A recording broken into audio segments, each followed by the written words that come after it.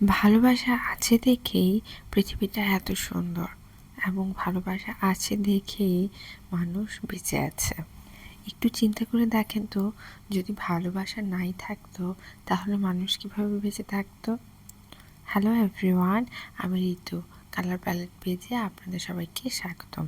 আজ নিয়ে এলাম একটি ভালোবাসার গল্প নিয়ে। চলুন তাহলে শুরু করে ফেলি।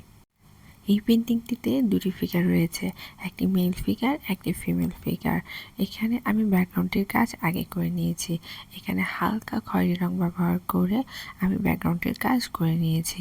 ব্যাকগ্রাউন্ডের কাজ খুব স্মুথভাবে করছি না, এভাবে করছি এবং পুরো ব্যাকগ্রাউন্ড জুড়ে ব্যাকগ্রাউন্ডের কাজ করছি না, ছাড়াভাবে ব্যাকগ্রাউন্ডের কাজ করছি।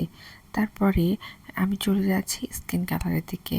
এখানে আমি স্কিন কালার ব্যবহার করে মেল এবং ফিমেল দুটি ফিগারের স্কিনের অংশগুলো করে ফেললাম। এখন ডার্ক খয়েরি রং ব্যবহার করে মেয়েটি শাড়ির অংশটুকু করে নিচ্ছে এবং শাড়ির যে পাড়টুকু রয়েছে সেটুকু হালকা খয়েরি রং ব্যবহার করে নিচ্ছি। মেয়েটি পা ভাঁজ করে বসে রয়েছে।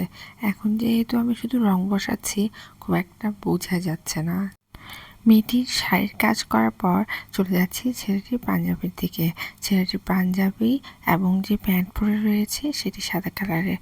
সেখানে আমি সাদা রং ব্যবহার করে সেটি করে ফেললাম এবং খয়েরি রং ব্যবহার করে যে দোলনাটির মধ্যে বসে রয়েছে তারা, সেটা অল্প একটু অংশ দেখা যাচ্ছে, সেটুকু করে ফেললাম। চলে যাচ্ছি এখন কালো রঙের দিকে। কালো রং ব্যবহার করে মেয়েটির চুলের অংশটুকু করে ফেললাম। এখন শাড়ির ডিটেলিংয়ের কাজ করছি এবং মেয়েটির হাতটি যে দেখা যাচ্ছে, যেটি মুখের অংশের দিকে রয়েছে, সেটুকু আমি করে ফেললাম এবং অল্প একটু পায়ের অংশ দেখা যাচ্ছে মেয়েটি, সেটিও করে ফেললাম। এখন চলে যাচ্ছি ছেলেটির দিকে।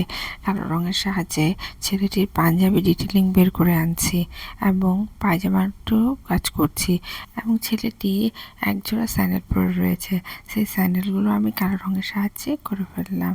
এখন মেয়েটির চোখ, নাক, মুখ, মানে বলতে গেলে পুরো ডিটেলিংয়ের কাজটি আমি করে ফেলছি এবং সেই সাথে ছেলেটির চুলগুলো করে ফেললাম এবং হাতের অংশ এবং চোখ, নাক, মুখের অংশ করে ফেললাম।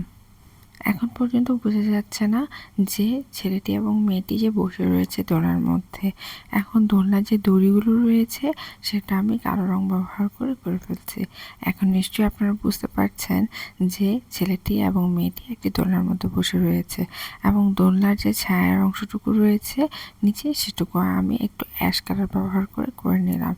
এখন আমি একটু জেল পেনের সাহায্যে আমার ব্যাকগ্রাউন্ডের ডিটেলিংয়ের কাজ করে নিয়েছি।